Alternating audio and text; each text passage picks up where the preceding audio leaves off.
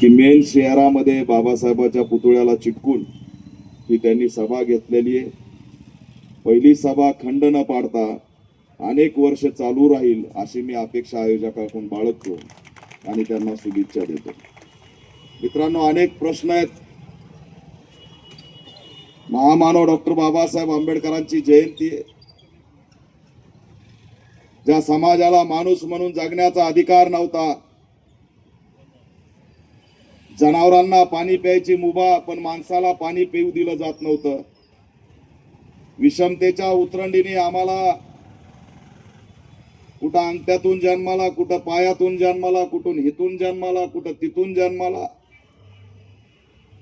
मनुच्या व्यवस्थेने आम्हाला गुलाम केलं आणि सगळ्यात पोटेन्शियल जमात असलेली, लढाऊ जमात असलेली सम्राट अशोकाची औलाद म्हणून आमच्याकडे बघितलं जायचं आणि याच असणाऱ्या समूहाला गुलाम करण्याचं काम विषमतेच्या वर्ण व्यवस्थेने केलं।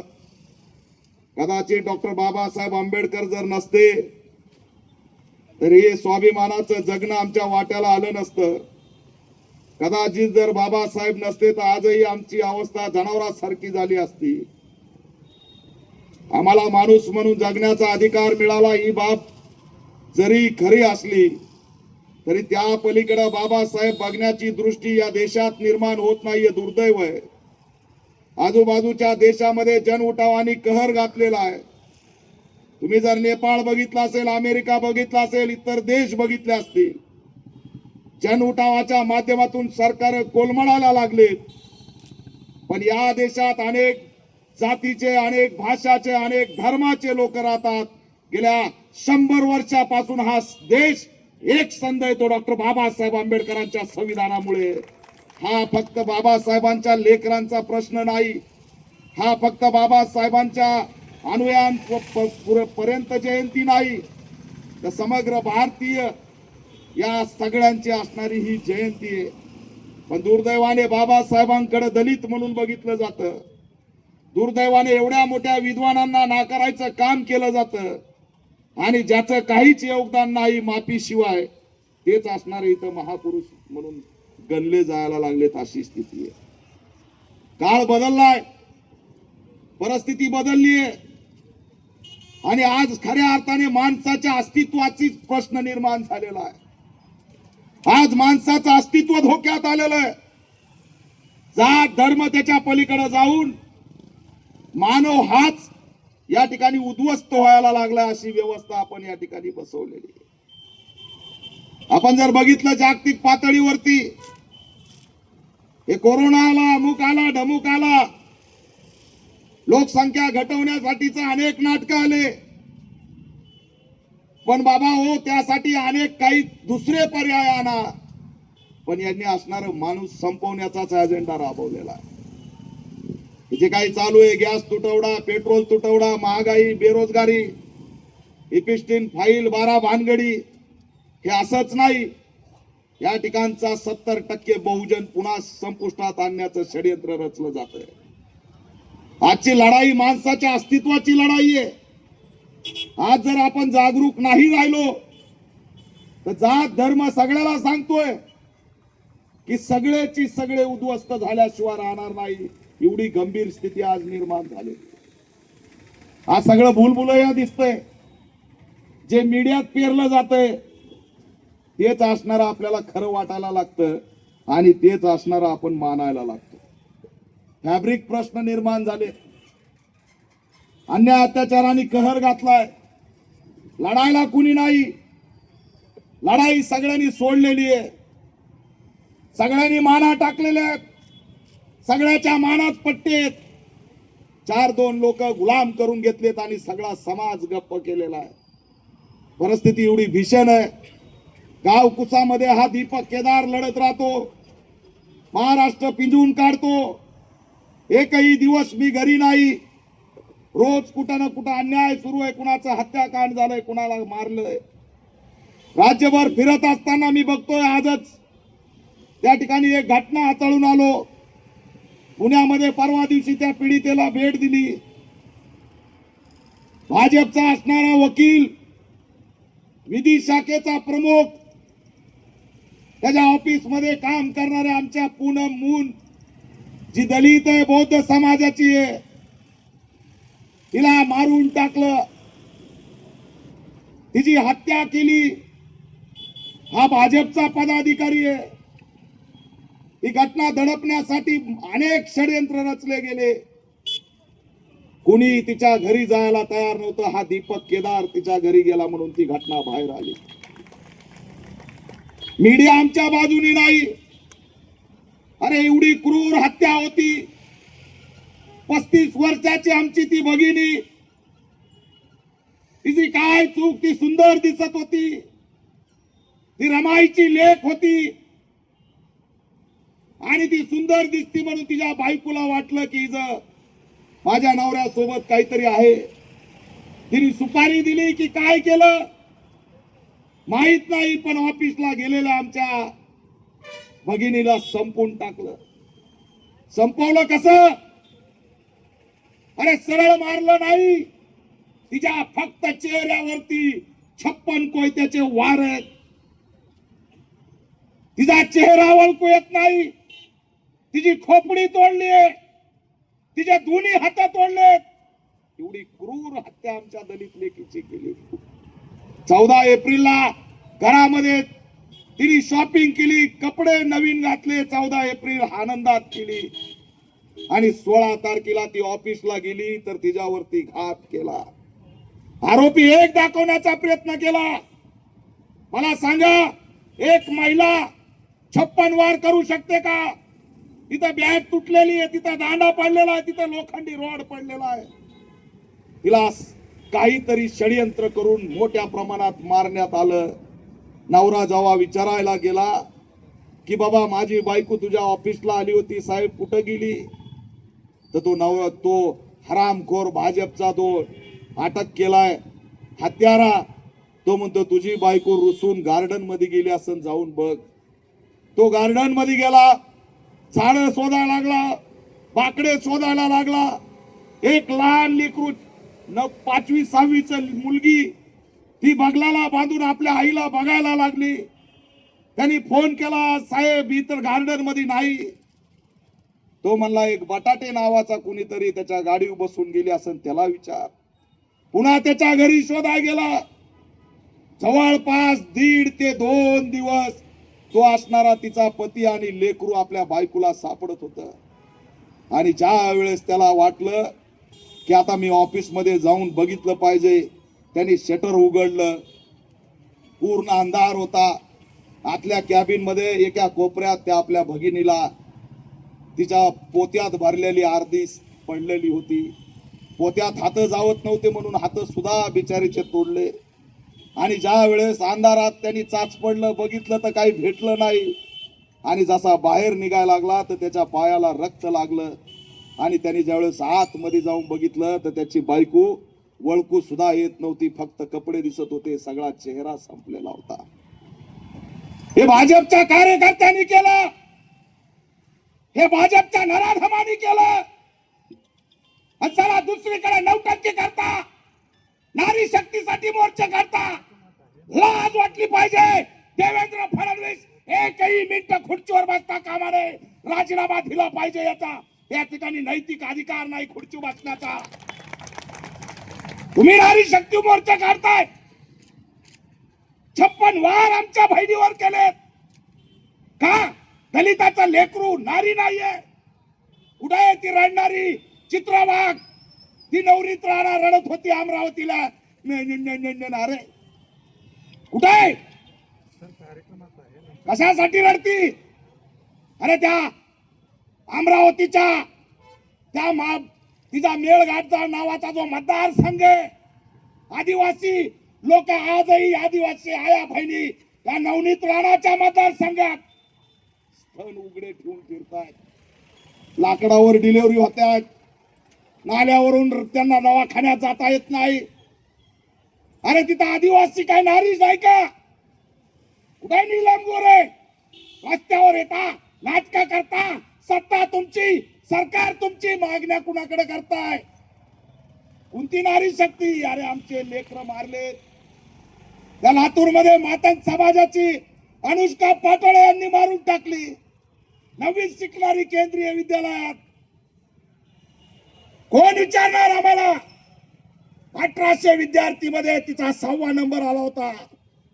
9वी मध्ये शिकत होती आणि तिला मारून बांधून बेडवर बसून खिडकीला टावेलने आवळलं आणि सांगितलं जा. तिने आत्महत्या केली. 9वी शिकणारं लेकरू.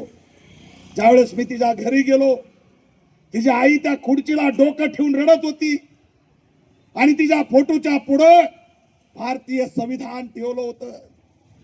मी त्या माझ्या मातंग भगिनीला विचारलं, अरे बाबा हे संविधान का ठेवलंय?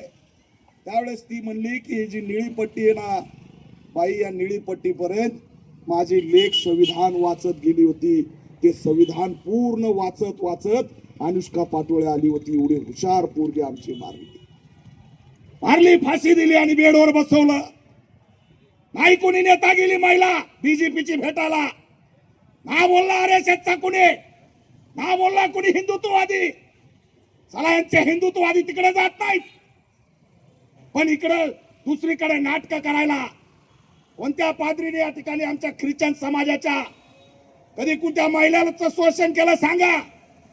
अरे जाणा, तुमच्यात हिंमत असेल तर त्या अशोक खराच्या, त्या भोंदू बाबाच्या आश्रमावरती बुलडोझर चालून दाखवा. तुमच्या जर कांडीत दम असेल तर तुम्ही जाऊन दाखवा. कोण लागतो तो? भोंदूगिरी, भोंदू बाबा तुमचा कोण लागतो? तिथं कुणी नाही मोर्चा काढणार, तिथं कोणी नाही आंदोलन करणार. तिथं 56 व्हिडिओ, 2-2 हजार व्हिडिओ व्हायरल झालेत. त्या नारी शक्ती नाही त्यांच्यासाठी ज्या बळी गेल्यात त्या. कोण आहे? सगळे हिंदू आहेत. काय झालं मग? तिथं का गेले नाही? नाटक करता, महाराष्ट्र वेटीस धरता. कोण आहे हा अशोक खरात? काय कर्तबगार आहे? ओळखता का नाही तुम्ही? हा, अरे बोला ना बाबा. हो, आमदार आला 5 मूतच मारला त्यांनी. खासदार आला 5 मूत. बाबा लेकरू व्हायना प्या मूत, बाबा अमुक व्हायना पी मूत पाजणारा बाबा. चला SIT नी चौकशी केली तर 3000 कोटी प्रॉपर्टी निघली. कशाने? मूत पाजू. कोणतं? उष्ण जल. कोणतंय काय उष्ण जेल? मला वाटलं उष्ण आणून जेल दिलंय का? स्वतःच जेल पाडलं कायच काय? चिचुका विकाव का 1 लाखाला? 1 लाखाला 1 चिचुका. चिचुका माहित आहे ना? माहित आहे? चिंचाच्या मध्ये काळा असतो. आमच्या गावाकडे उकांड्यावर फेकला की तिथं चिचा येतात. अहो चिंचुका 1 लाखाला विकलाय. हा अशोक खरात. आमदार भेटले 39, त्यांच्यावर कारवाई काय? काहीच नाही. परवा दिवशी साक्षीदाराची समृद्धी महामार्गावर ऍक्सिडेंट झाला बघा. त्याला 5 वेळेस इन्क्वायरीला बोलवलं आणि लगेच त्याचा ऍक्सिडेंट होतो. सगळे साक्षीदार हे मारून टाकतील. आमदाराची चौकशी करणार नाहीत. हा भोंदू सगळ्या महिलांवरती अत्याचार करून बसला, पण त्याच्यासाठी एक मोर्चा नाही. नाशिकमध्ये एकही मोर्चा नाही. आणि नारी शक्तीसाठी मोर्चा आहे. नारी शक्ती बाबा ती उज्ज्वल आई. फुकट गॅस दिला होता का नव्हता आई? तुम्हाला दिलता का? कुणाला भेटलाय का फुकट गॅस? एक बी नाही का? आमच्यातली कोणी उज्ज्वल आई नाही. ती नारी शक्ती सुरुवातीला म्हणले हिला उज्ज्वलाचा गॅस द्या फुकट. तिने बिचारीने गॅस मिळाला म्हणून पेढे वाटले आणि पुन्हा ती ज्यावेळेस गॅस भरायला गेली तिला म्हणे 1200 रुपये लागतील. आम्ही आता गावाकडे गेलो बघतो ती उज्ज्वल आई लाकडं द्यायची ती. अरे म्हणे तुला तर गॅस भेटला होता. ती म्हणे कशाचं काय? सुरुवातीला फुकट दिला आता पैसे मागत आहे. ती नारी नाही का? लाडली बहीण दिली, बंद केली का? झाली का बंद? होणार आहे. झाली ती, काय राहिलं नाही. अजितदादा गेले, लाडली बहीण गेली. अजितदादा कशाने गेले हे सुद्धा महाराष्ट्र सांगत. एवढा नेता मोठा मरतो त्याचा तपास सुद्धा लागत नाही आणि महाराष्ट्रात त्याची FIR सुद्धा होत नाही. FIR होती बेंगलोरला आणि इथला गृहमंत्री म्हणतो बेंगलोरच्या पोलिसावर आम्ही गुन्हे दाखल करू. म्हणजे लाज वाटायची गोष्ट आहे की FIR कुठं व्हायला पाहिजे, कुठं झालाय. लाडली बहीण बंद केली, ती नारी नाही का? त्यांना सांगितलं कोर्टातून आता आदेश आलाय की बंद करायची. म्हणजे कोर्टावर घालायचं, प्रत्येक गोष्ट कोर्टावर घालायची. UGC द्यायची, कोर्टाने बंद केली, कोर्टावर घालायची. नारी शक्तीच्या नावाखाली विधेयक मंजूर करायला हेच आणणार, नामंजूर करणार हेच, आणि पुन्हा महिलांना रस्त्यावर उतरून त्या महिलांच्या आडबाजूला लपणार. काय होणार होतं? या नारी शक्तीच्या महिला जर रस्त्यावर उतरल्या नसत्या तर या देशात ही व्यवस्था उद्ध्वस्त करण्यासाठी बाबासाहेबांचे लेकर जन उठावाच्या दिशेने निघाले होते. RSS मोहन भागवतच्या लक्षात आलं की जर आता यांना रोखलं नाही तर हे पूर्ण लोक रस्त्यावर उतरून ही व्यवस्था उद्ध्वस्त करतील. म्हणून आणली नारी शक्ती. झालं, इपिस्टिन फाईल गेली, अशोक खरात प्रकरण गेलं. मधीच आता अशोक खरातच्या प्रकरणात 39 आमदार आहेत. मग मधीच आला संजय गायकवाड. काल थांब टाकल्या भांग पाडतो, खोबऱ्याचं तेल लावून चकाचक.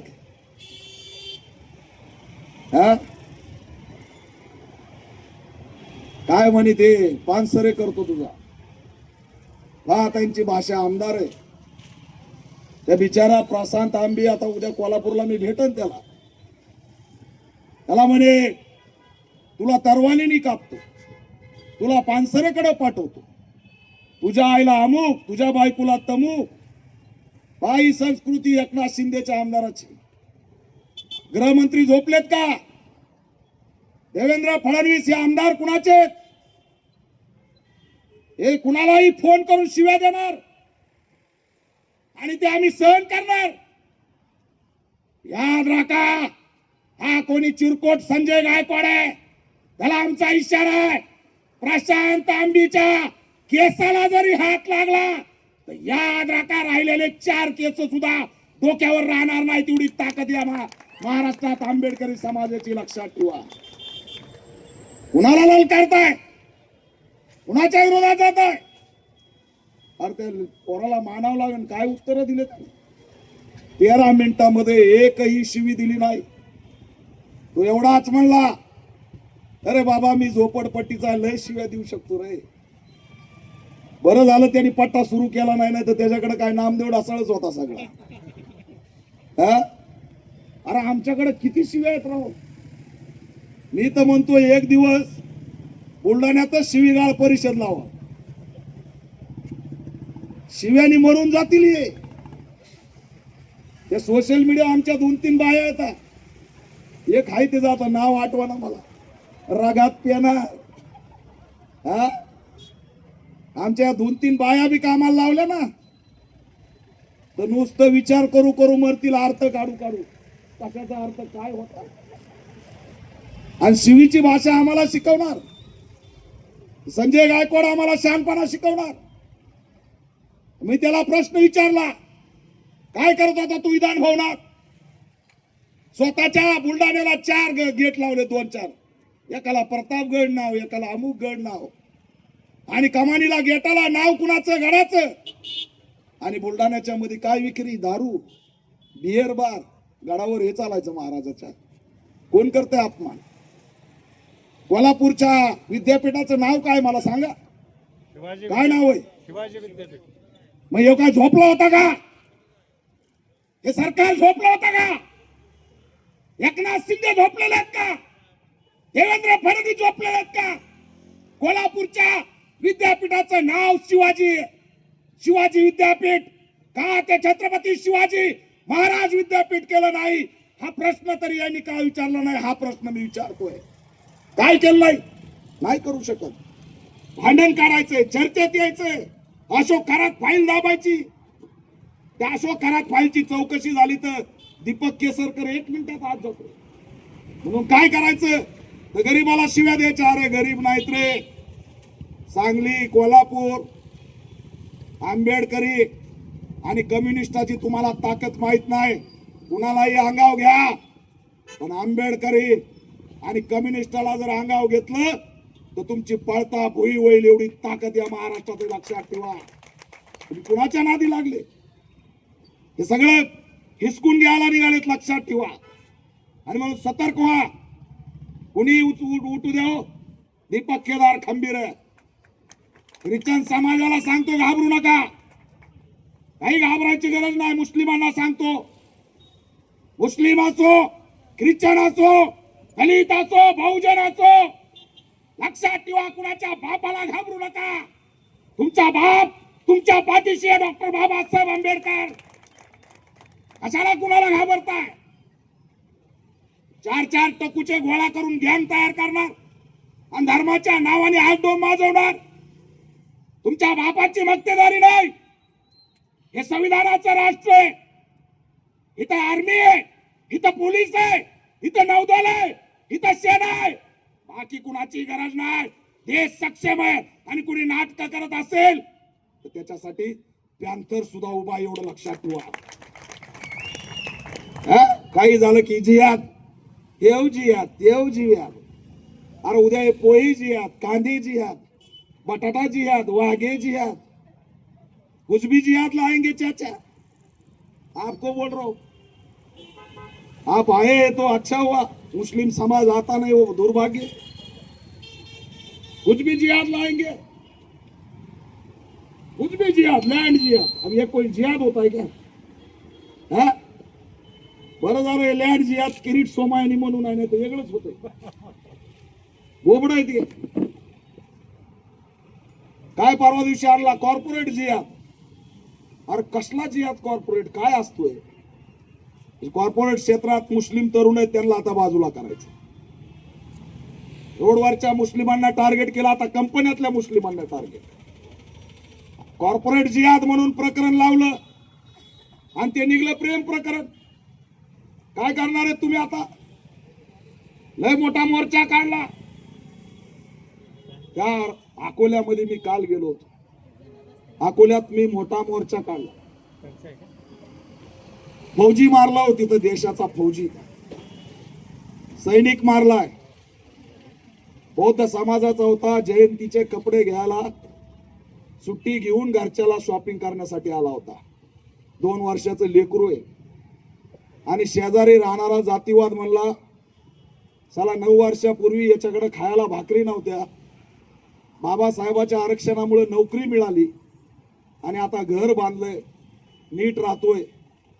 जळाऊ वृत्तीतून घराच्या बाजूच्या अंधारामध्ये त्याच्यावर शेजारच्या गुंडांनी हल्ला केला.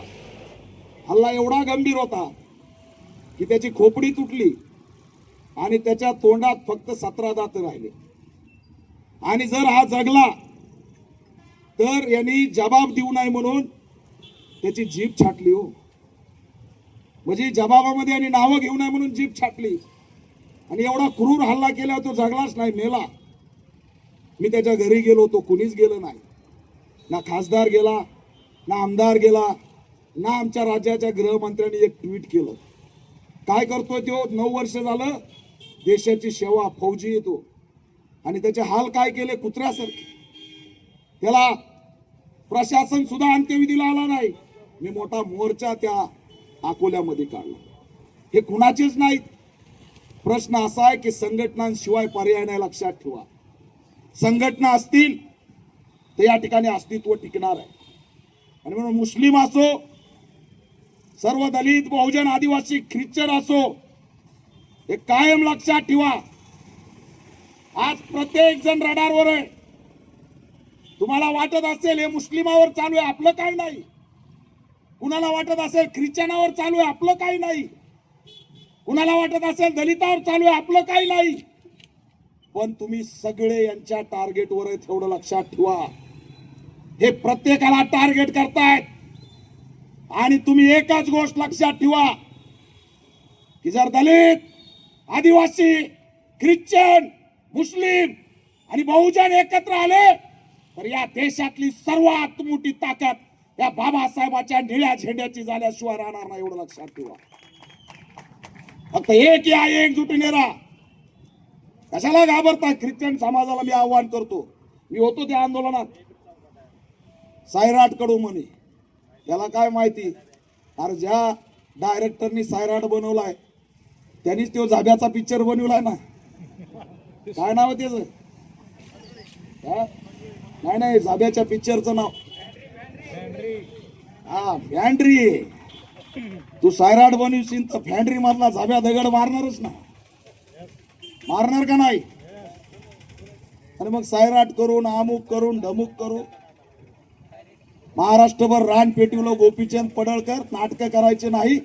बाबासाहेबाचे लेकर आणखी जिवंत आहेत. ख्रिश्चनांच्या केसाला जरी धक्का लागला तर याद राखा, महाराष्ट्रात आम्ही कुणाला सोडणार नाही, हे आम्ही बोलून दाखवलं. तेव्हापासून गडी बोलत नाही. आता का बोलतोय का?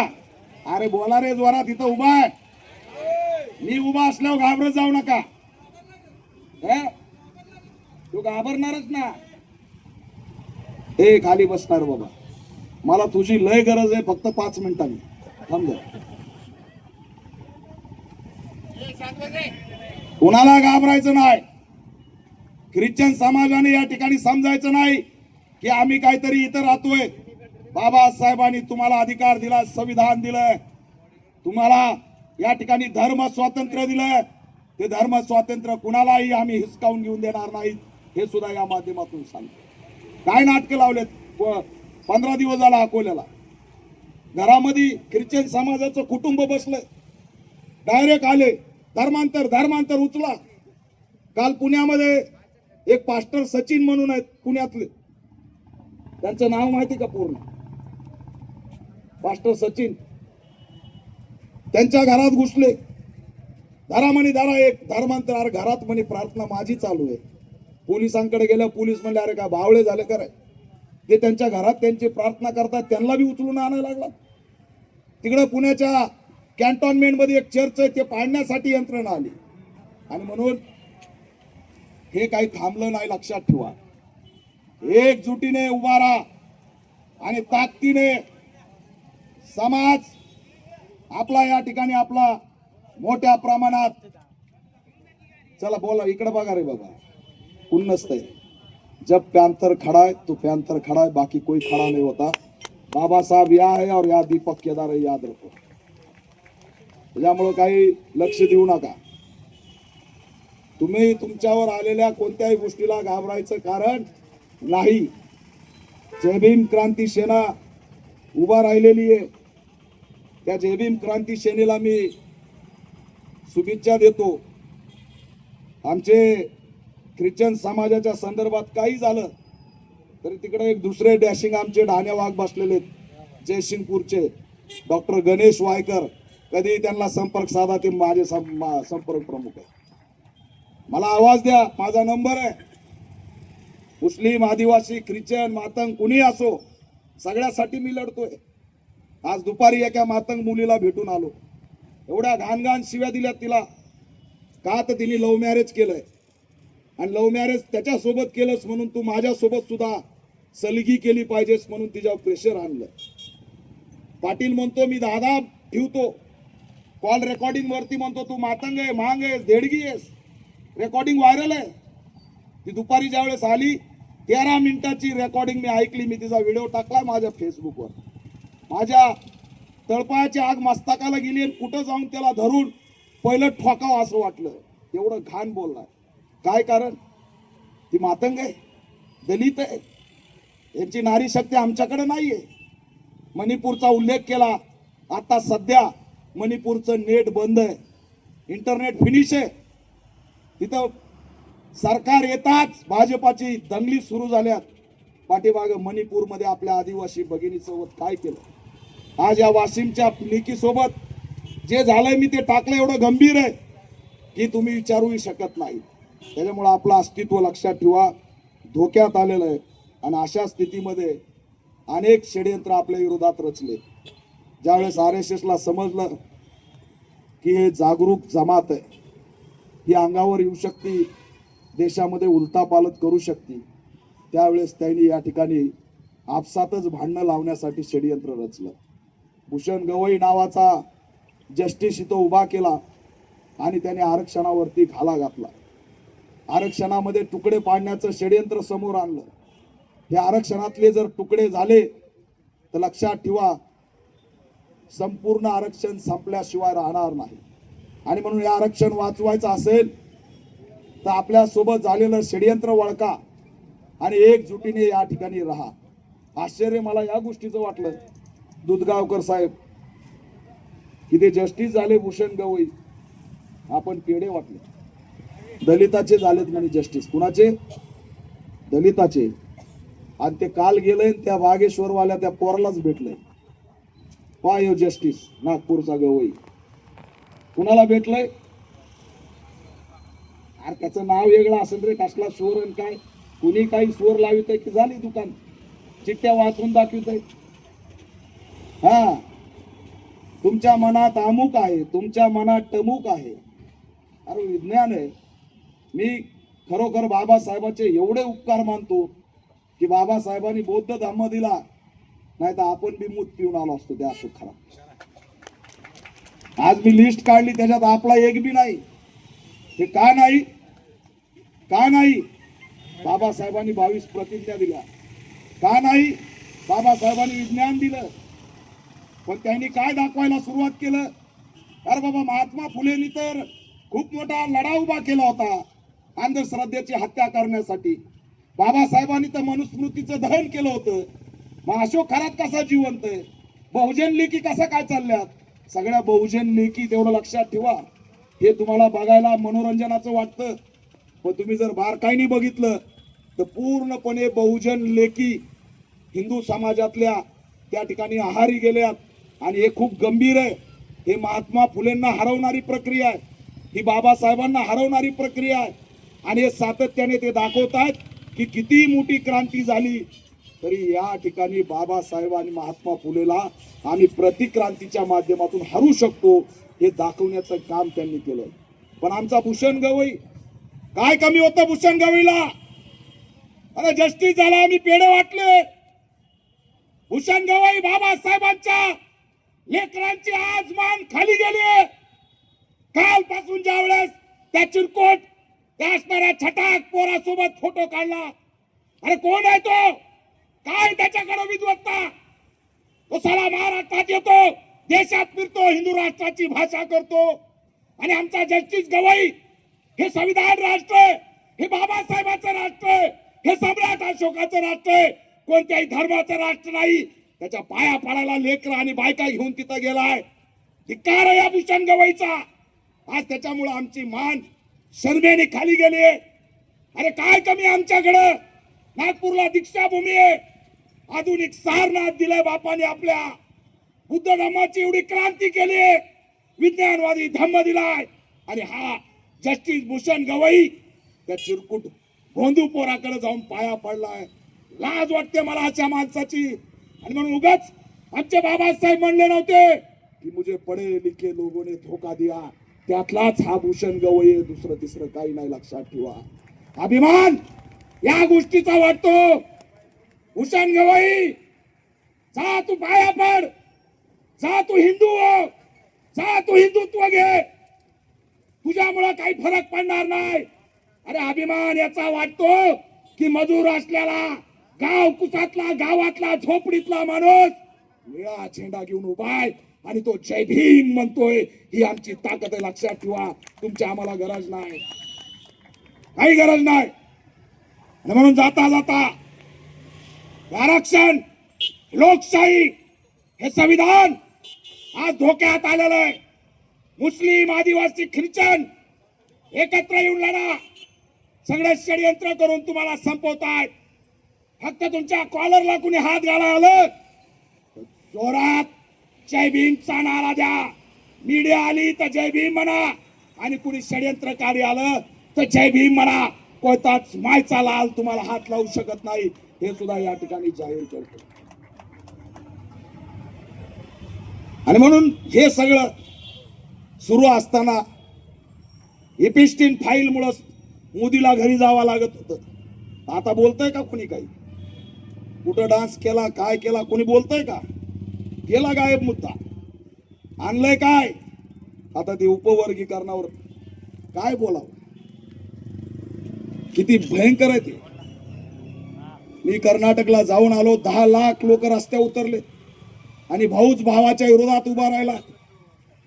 हे RSSनी टाकलेला ट्रॅप आहे, हे सरकारने टाकलेला ट्रॅप आहे. हा वळका उपवर्गीकरणाच्या संबंधात याच्यावरती भूमिका घ्या. एकदा जर आपल्या 59 जाती वेगवेगळ्या झाल्या ना, तर लक्षात ठेवा आपल्याला एक एक करून मारलं जाईल.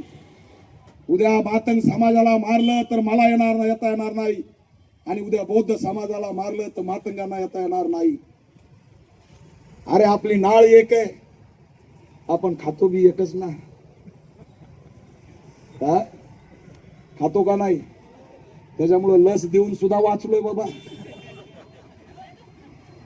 नाही तर लसीवाले तर पटापट मारायला लागले. हा, म्हणून म्हणलो तर 5 मिनिटांनी तू कामाचा आहेस, कारण हे तूच ओळखू शकतोस. हे असं नाही, असं आहे. सगळे एक आहे, कशाला वेगळे होता? वेगळे होऊ नका, समाजात भेद करू नका, एकजुटीने राहा. बाबासाहेबांच्या विचाराला आलिंगन घाला, शिक्षणाच्या दिशेने जा. एवढा मोठा SC ST समाज एकत्र राहिला, एका ताकदीने राहिला तर कोणताच माईचा लाल आपल्याकडे वाकड्या नजरेने बघू शकत नाही. निळा झेंडा ही आपली ओळख ठेवा. आपला बाप डॉक्टर बाबासाहेब आंबेडकर हाच आपला बाप ठेवा. बघा, तुम्हाला कुणी तुमच्याकडे वाकड्या नजरेने जरी या देशात बघतोय का, ही ताकद जोपर्यंत तुमच्या पाठीशी आहे, ही ताकद जिवंत ठेवा, तरच आपलं अस्तित्व राहणार आहे. शिक्षणाच्या दिशेने जा. दारू पिऊ नका. दारू पिऊ नका म्हणल्यापासून माझे बी कार्यकर्ते कमी झाले. त्याच्यावर बोलाव का नाही असा प्रश्न झाला, पण इलाज नाही बेटा. त्या दारूची निर्मिती आपल्यासाठी झाली. त्यांना माहित आहे हे सिद्धनाथ महाराजची औलाद आहे. यांना जर नशामध्ये नाही ठेवलं, बेरोजगार नाही ठेवलं, तर काही सेकंदात हे सत्ता हस्तगत करतील. तुम्ही सत्ता हस्तगत करायच्या पाठीशी जा. आणि हे उपवर्गीकरण काय आणलंय ते काही नाही, फक्त षडयंत्र आहे. 14 एप्रिलच्या काळात आणलंय आणि हरकती मागवल्या.